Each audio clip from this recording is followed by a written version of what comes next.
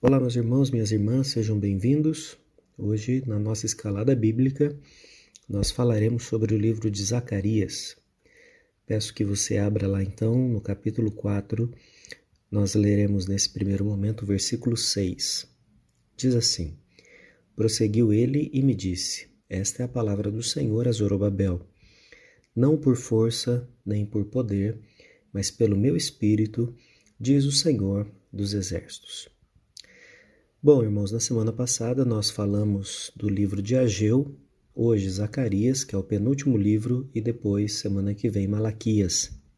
Esses três profetas são chamados de profetas pós-exílicos, e aqui nós estamos conceituando, ou alocando aqui esse momento da história do povo de Israel, logo depois que a população, ou parte, porque não foi uma única vez, foram grupos de pessoas que foram voltando da região onde era a Babilônia e de outros lugares para Israel, e voltando essas pessoas para a região ali, principalmente Jerusalém, que é onde esses profetas eles têm um foco, em Jerusalém. Então Deus levanta esses profetas para consolidar algumas coisas e para até mesmo exortar, ainda que eles estivessem acabando de passar por um período de grande tribulação. Como eu disse também, mas só para reforçar, nós temos os livros de Esdras e Neemias e 1ª e 2ª Crônicas que fazem parte também desse período. Então, nesse momento, Israel não tinha rei. Zorobabel, que é citado aqui no versículo, é aquele homem que fazia parte da família de Davi, ou era um descendente de Davi. Então, se as coisas não tivessem acontecido como foram, ele provavelmente seria o rei, e ele foi então, por isso mesmo, designado por Ciro, depois por Dario, como um governador. Então, a gente precisa entender que já nesse momento do retorno de Israel, eles não têm um rei necessariamente, mas eles têm uma espécie de governador. Quando nós olhamos no Novo Testamento, nós temos a família de Herodes como uma família real, mas na verdade eles não são reis como por direito, porque eles não eram totalmente livres, Na verdade, eles seguiam ali as ordens do Império Romano. Outra coisa que é importante a gente relembrar aqui é da figura de duas pessoas que a gente pode considerar como ímpios, Nós não temos um relato descritivo exatamente dizendo que eles eram convertidos ao Deus de Israel, mas ainda assim as ações desses dois homens cooperou com esse retorno do povo de Israel. O primeiro deles é Ciro, e hoje eu coloco para você aí uma imagem no grupo da igreja, onde nós vemos o que era utilizado para gravar a história, É uma espécie de jarro de barro, onde eles escreviam ali algum relato histórico, também faziam menção de leis, Então, só para você, como um item assim de curiosidade, para você saber como isso era, nessa foto que segue abaixo aí da nossa aula. E ele foi responsável por libertar, ou pelo menos por dar a liberdade para que as nações que eram vassalas, como era chamado na época, voltassem para suas nações, para sua região territorial, melhor dizendo. E nesse sentido também nós temos a pessoa o rei mais famoso que vem depois de Ciro, que é Dario, e ele é um homem que, num primeiro momento, está lá registrado em Esdras. Ele acolhe algumas denúncias contra Israel, dizendo que esse povo queria se insurgir contra eles, queria se rebelar contra eles. E depois, entendendo melhor a situação como era, o próprio Dario investe para que o templo fosse reconstruído.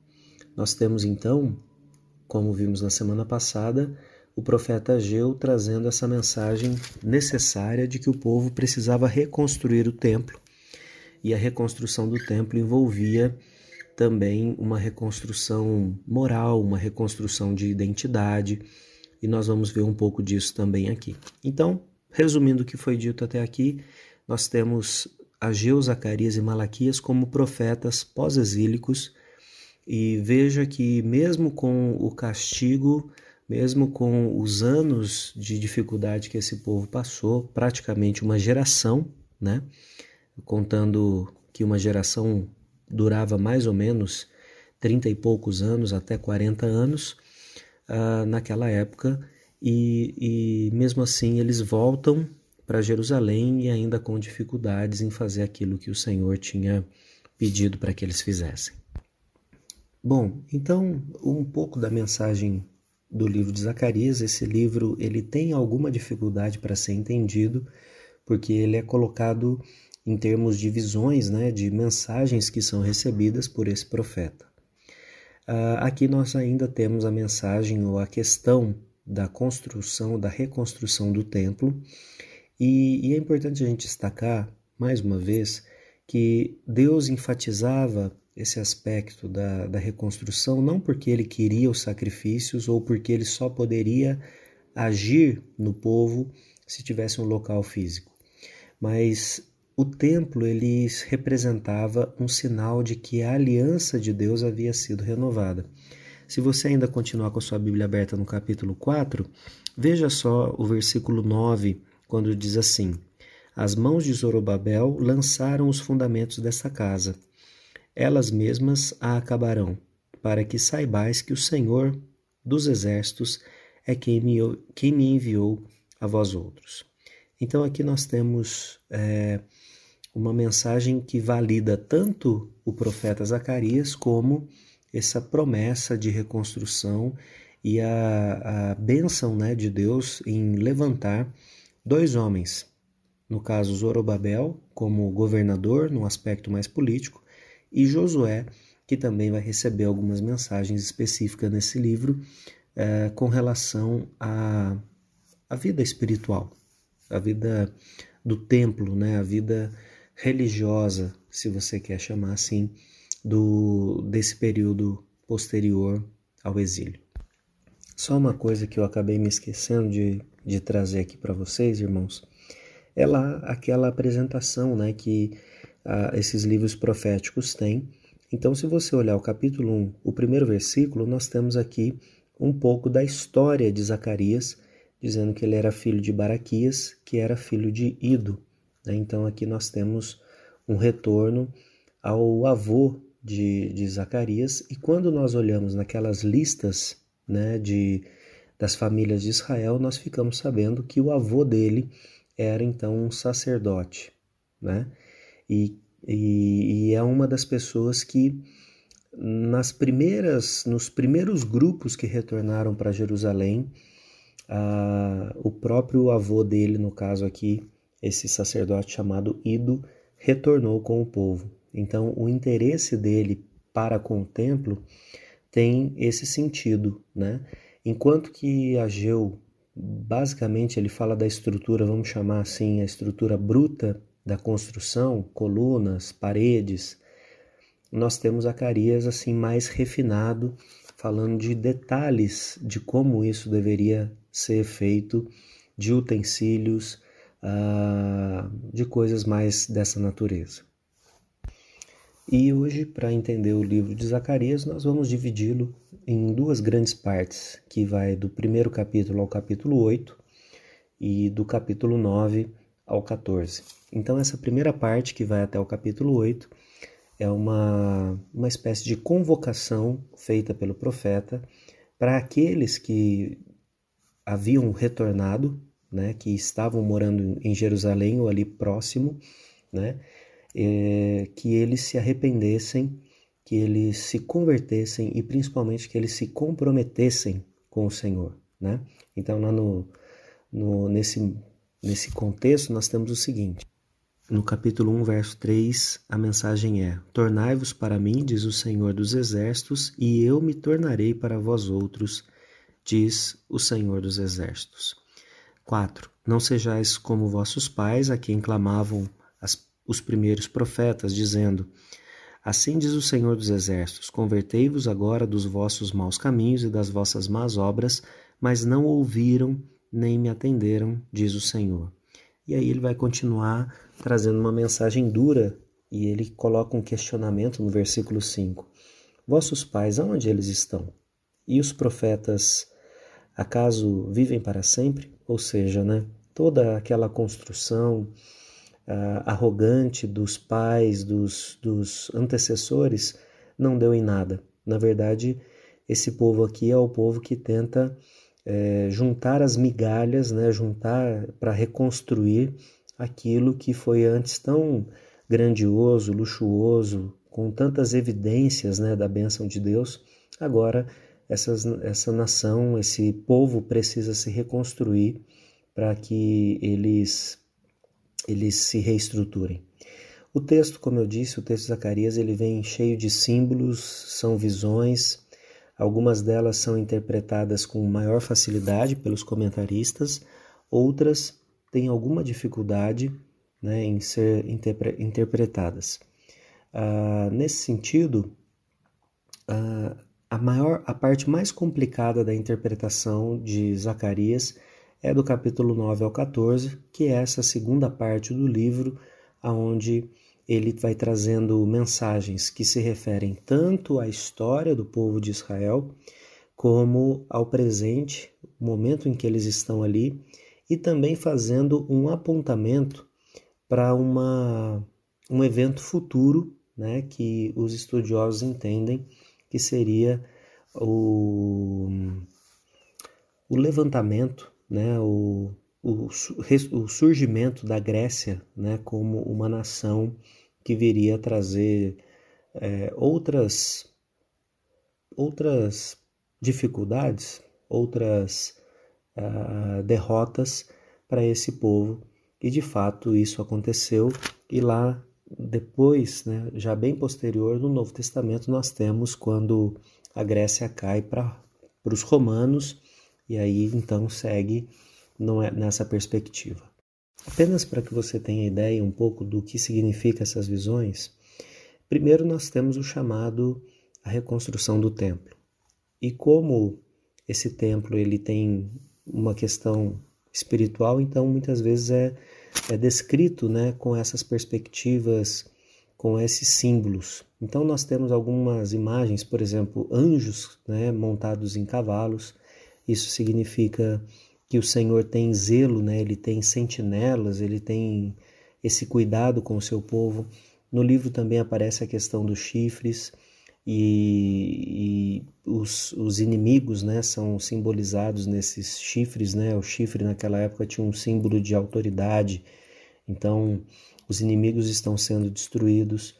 Nós temos uma outra imagem que é das duas oliveiras, então aqui falando desses dois homens que ajudavam na reconstrução do povo, Zorobabel e Josué, e assim por diante, esses símbolos eles vão sendo colocados dessa maneira.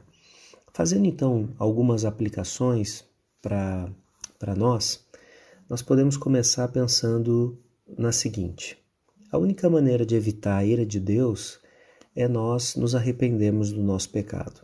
Então isso fica muito claro no livro, e o profeta, da minha perspectiva, ele é um pouco duro nisso, ao ponto de trazer essa memória que era tão recente e que ainda estava machucada, dizendo: os seus pais fizeram errado aonde eles estão. Então, se vocês não querem ter o mesmo resultado, o mesmo final dos seus pais, mudem de atitude. Uma segunda perspectiva para que a gente faça reflexão é que Deus ele vai julgar os ímpios de todas as nações, e ele vai juntar todos os justos para ele. Então, essa perspectiva de Deus separar aqueles que são maus daqueles que são bons, inclusive a gente vai ver nesse mês, nas nossas reflexões lá no culto da noite, sobre as parábolas do reino dos céus. Então nós temos ali algumas figuras disso, como o joio e o trigo, como a parábola da rede, onde separa peixes grandes de pequenos, ou peixes aptos né, ao consumo de outros peixes. Então, a ideia é essa, de que Deus vai julgar as nações, ele fará a justiça, mas ele vai trazer para perto de si um povo, e esse povo vai se jubilar, ele vai se alegrar, ele vai ter bênçãos, né? Uma terceira lição, e aqui nós temos o texto, né, que nós lemos no início, é que a obra de Deus ela é realizada pela força dele e não pela nossa força. Então, quando ele diz que é pelo Espírito que ele vai fazer essas coisas, ele está dizendo tanto para Zorobabel como para o povo de Deus que ainda que nós tenhamos força, isso é muito bom, nós tenhamos poder, isso é bom, mas isso tudo precisa ser alocado de uma forma que o nome dele seja honrado. Quando a gente pretende fazer as coisas pela nossa própria força, sem considerar a mão de Deus, com certeza nós padeceremos por isso. Uma outra lição que nós temos desse livro é que lá no capítulo 7, esse povo ele tem uma preocupação com a questão do jejum, e o profeta Zacarias vai dizer que o jejum, quando ele é vazio de significado, ou qualquer ato, né, qualquer ritual que nós que nós desejemos fazer, né, para Deus, mas sem o sentido mais profundo, ele não passa de um ato, né? O jejum, no caso, sem um comprometimento, sem uma vida condizente, ele é apenas uma espécie de regime, né? Ele não convence a Deus, ele não faz com que Deus fique constrangido em nos abençoar se de fato ele não tem fundamento espiritual. E a última lição nós pulamos lá para o capítulo 14, se você quiser abrir a sua Bíblia, versículo 8 e 9 diz assim: Naquele dia também sucederá que correrão de Jerusalém águas vivas, metade delas para o mar oriental e a outra metade até o mar ocidental. No verão e no inverno sucederá isso. O Senhor será rei sobre toda a terra. Naquele dia, um só será o Senhor e um só será o seu nome. E aqui nós temos uma declaração de esperança, uma profecia, dizendo que ainda que muitas vezes Deus tenha sido confundido, muitas vezes Deus tenha sido desprezado, haverá esse dia onde ele vai reunir, onde tudo vai ser compreendido, né? Isso já acontece hoje, mas naquela época, naquele momento futuro, todos nós compreenderemos com riqueza de detalhes que Ele é a fonte de todas as coisas e que só Ele, só o nome dEle, só o poder dEle pode sustentar, cuidar, orientar e abençoar a nossa vida. Então, o livro do profeta Zacarias é um livro que vai trazer essas reflexões, né?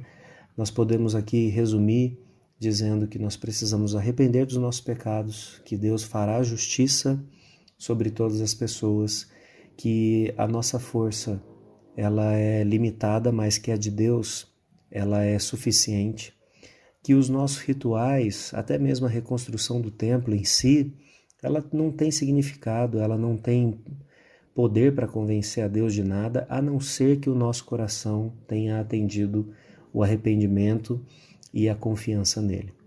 E aí nós temos também esse final que traz essa esperança de que nós podemos confiar em Deus, porque Ele, de fato, é o único Senhor, o único Rei de toda a terra.